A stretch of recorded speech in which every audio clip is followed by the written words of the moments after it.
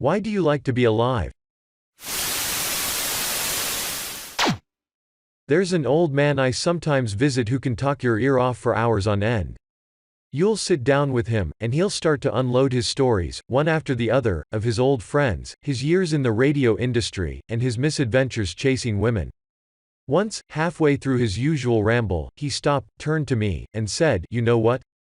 Life is fun. And it stinks to know that I'm getting close to the end, because the whole thing's just been so damned fun." That's always stuck with me. It's my belief that the person who's had the most successful life is the one who, when it's all said and done, has the best stories to tell his grandkids. Personally, I'm approaching 30 and I feel like the past 20 years of my life could be literally erased from my memory and I wouldn't lose anything of value. Working on fixing that now though, my goal is that when I'm 40 I won't wish for cancer anymore. I survived cancer. I was given weeks to live, and miraculously got remission. Life post-cancer is a terrible struggle, mentally and physically, but I wouldn't trade it for the alternative. I now get to watch my adorable niece grow up. I get to look at the world with a completely different perspective. I get to enjoy being with my wife and traveling the world as much as possible. Death would solve a lot of the pain I currently live with, but the eternal sadness it would cause my family would haunt me. I'm terminally ill and the closer I've gotten to death the more I've just sat back and watched nature, genuinely stopping to smell the roses. It's the little things in life that make life worth living. The family of birds in a nearby tree communicating with each other. The dog you wake up every morning to and can't wait to see you and be around you. I even oddly lyle watching the trees rustle on a windy day. Watching my fish swim around their aquarium. Valuing the time and memories I make with my wife and friends. People that say life isn't worth living need to try their very best to smell the roses, watch the sun rise or sunset. I know sometimes life really can get us down in the dumps, but life is truly beautiful. Edit, just woke up and checked all the notifications. Thank you everyone for the awards and the very nice words. It's very humbling to get so many beautiful responses. I've done my best to read and like as many as possible. One comment I noticed is about how close to death we come. My fate was luckily decided by my oncologist. I was in ICU last year, I was septic and I had a super bug the doctors couldn't get on top of. My kidney had completely stopped and I only have one kidney. Fortunately, when the ICU had the various teams come together to decide whether to continue or let me go. My oncologist demanded they continue to treat me because I'm young 29 and my heart and lungs are in good shape. I'm still here to this day, so I owe it all to that man who saved my life multiple times. I've sat with my wife and cried, told her I was ready to go and laid patiently with my eyes closed ready to be taken away. It just didn't happen. Since that moment I've done my absolute best to enjoy the little moments in life that we easily brush past and let go unnoticed when we are busy and living a healthy normal life.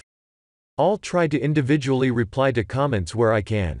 Thank you everyone. Stick around as long as you can, you have some good wisdom to pass on.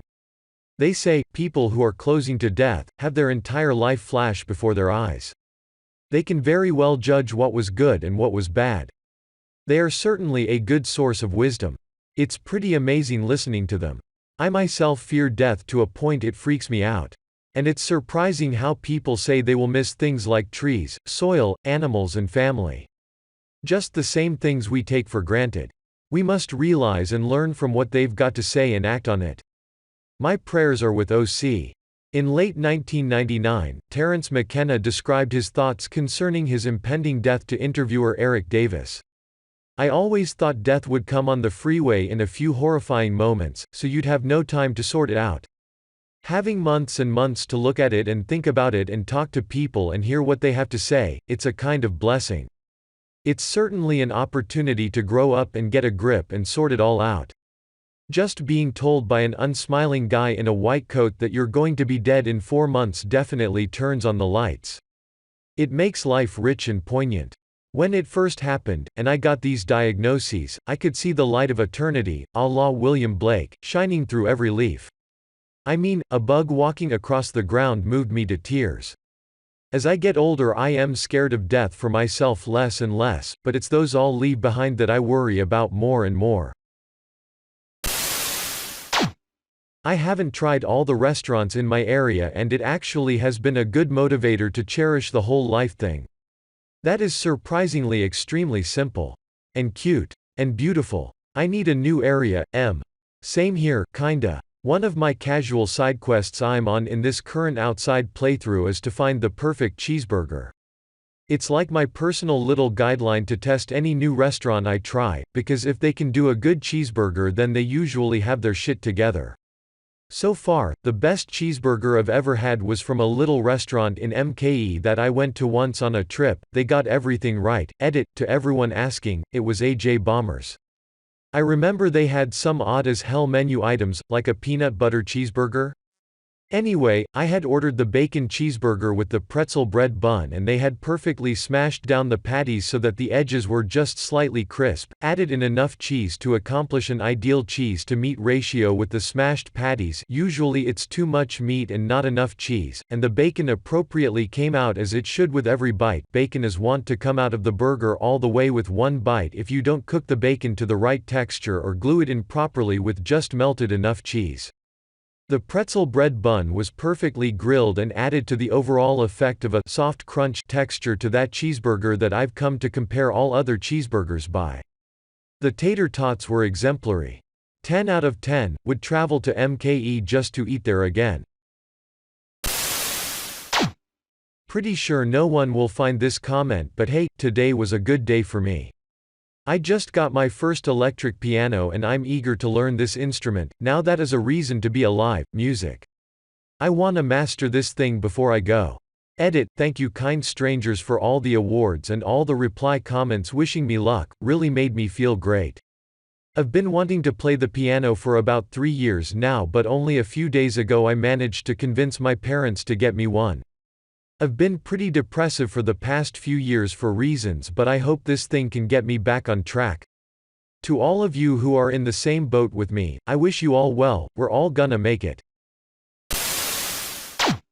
It seems better than being dead. Not better than dead, but once alive, dying becomes scary.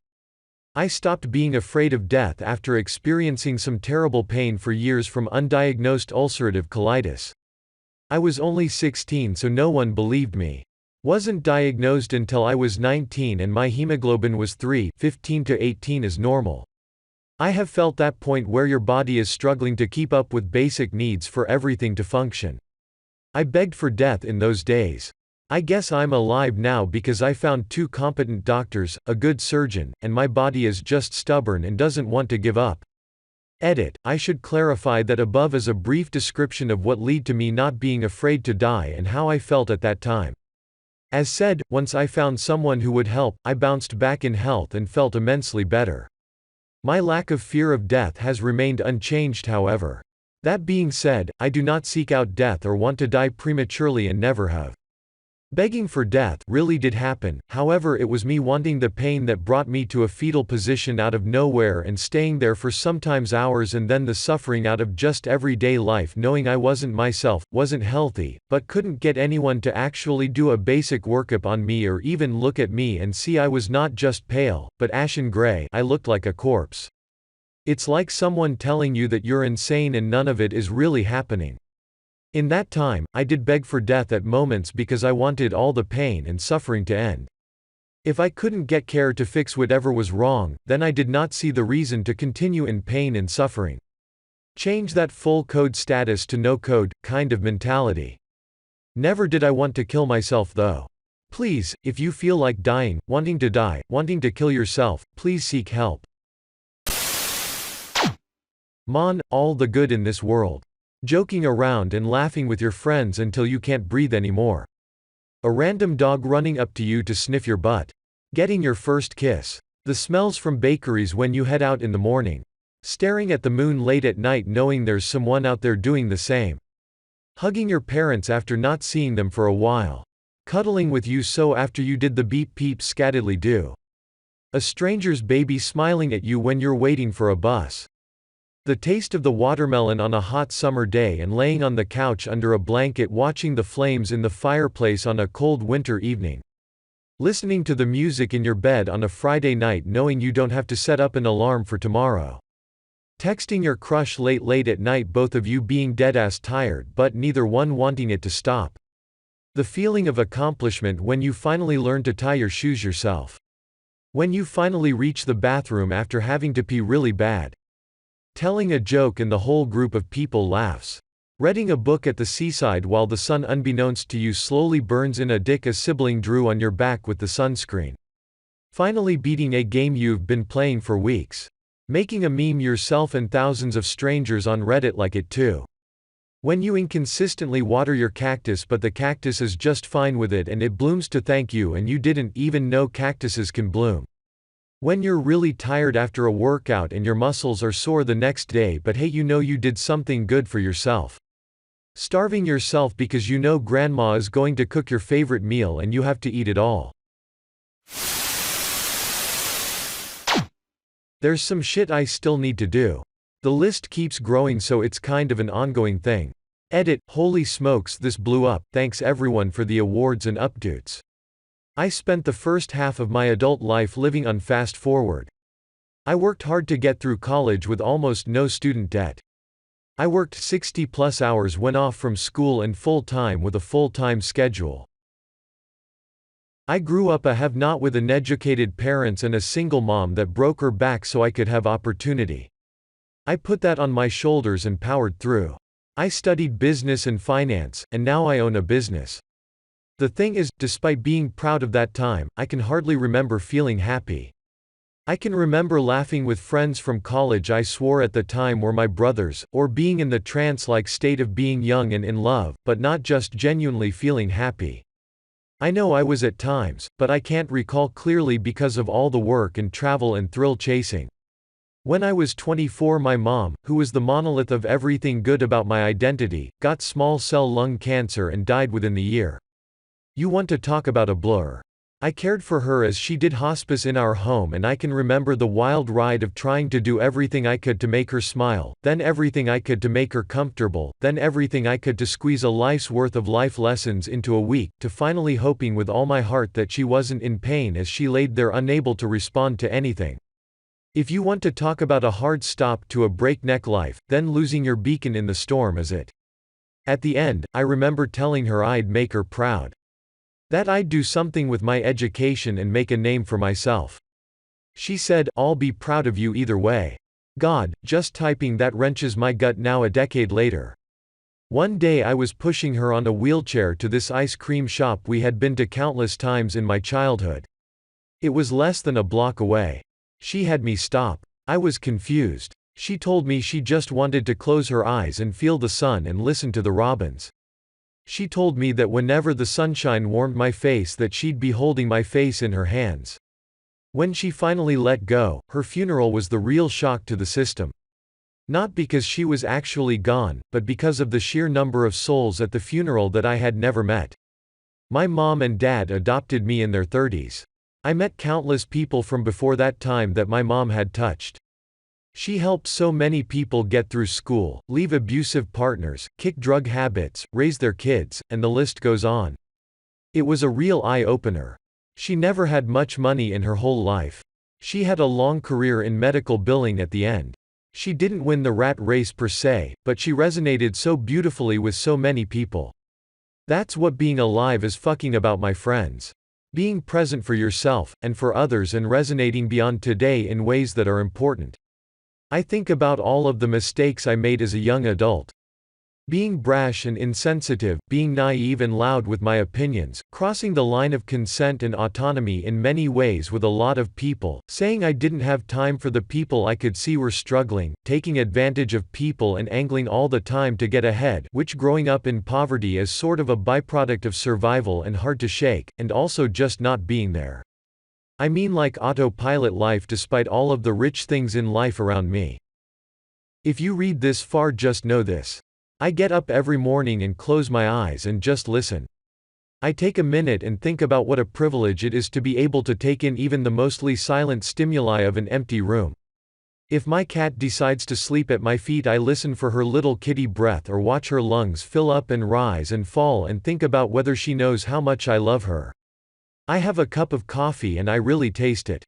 I think about the crazy process it goes through to even be a bean, much less be in a cup warming my soul and opening my eyes.